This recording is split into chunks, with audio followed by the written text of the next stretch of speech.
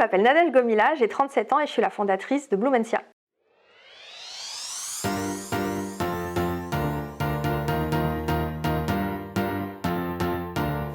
Alors Blumentia, c'est un programme collectif d'accompagnement à la reconversion professionnelle qui a pour vocation d'aider les gens qui se posent des questions dans leur vie professionnelle à trouver des pistes et des projets qu'ils vont pouvoir poursuivre par la suite.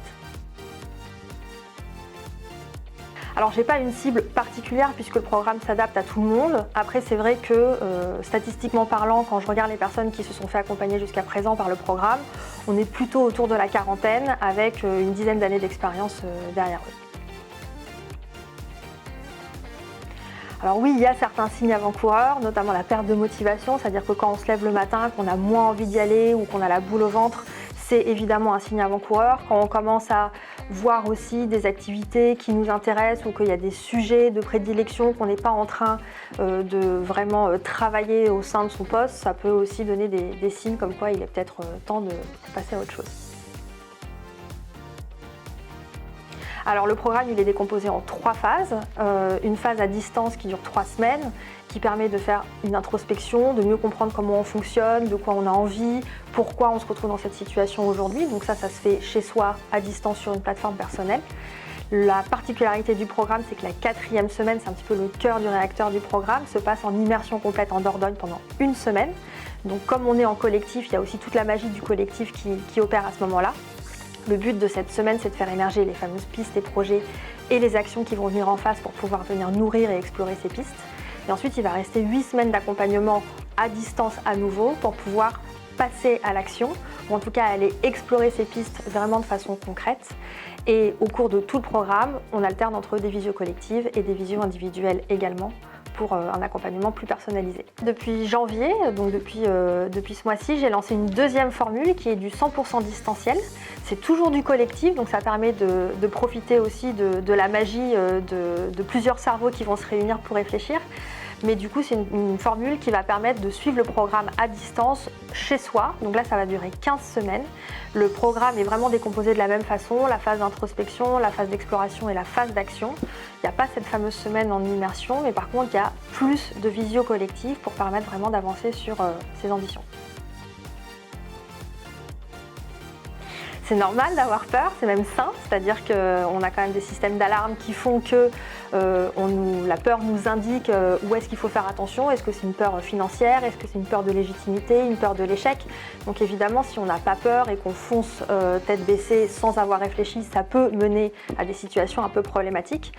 Maintenant, il ne faut pas laisser la peur complètement dicter les décisions et c'est aussi pour ça qu'un accompagnement, ça peut être intéressant et utile pour justement comprendre ses peurs et mieux les maîtriser. Alors il y a 2 choses, il y a la première peur financière qui est la peur par rapport au fait de se financer un programme d'accompagnement par exemple, parce que ça représente un certain coût et donc là c'est vrai qu'il y a certains dispositifs qui peuvent aider comme par exemple le compte personnel de formation qui peuvent accompagner en fait le financement de ce genre d'accompagnement et donc du coup de pouvoir ensuite avancer plus sereinement.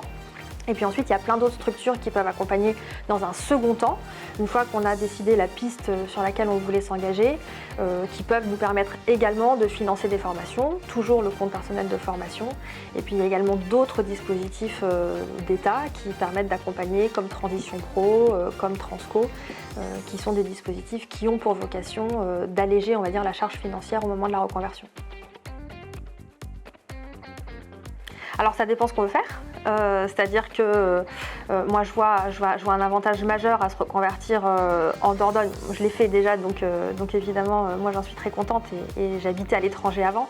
Mais c'est vrai que quand on se reconvertit sur un territoire où il y a peut-être moins de population, comme une grande ville comme Paris ou comme Bordeaux, ben on est moins anonyme. Donc c'est vrai aussi qu'il y a cette capacité à créer du réseau beaucoup plus facilement, d'être identifié aussi comme quelqu'un qui est porteur de projet. Après ça dépend vraiment du bassin d'emploi et est-ce que le territoire recrute ou pas en fonction des métiers. Je pense que le salon a justement cette capacité à réunir tous les acteurs autour de la reconversion, aussi bien des organismes qui proposent des formations, que de l'accompagnement individuel, que de l'accompagnement collectif. En fait, quand on souhaite se reconvertir, bifurquer radicalement ou pas, c'est le moment où on va choisir sa méthode d'accompagnement est clé.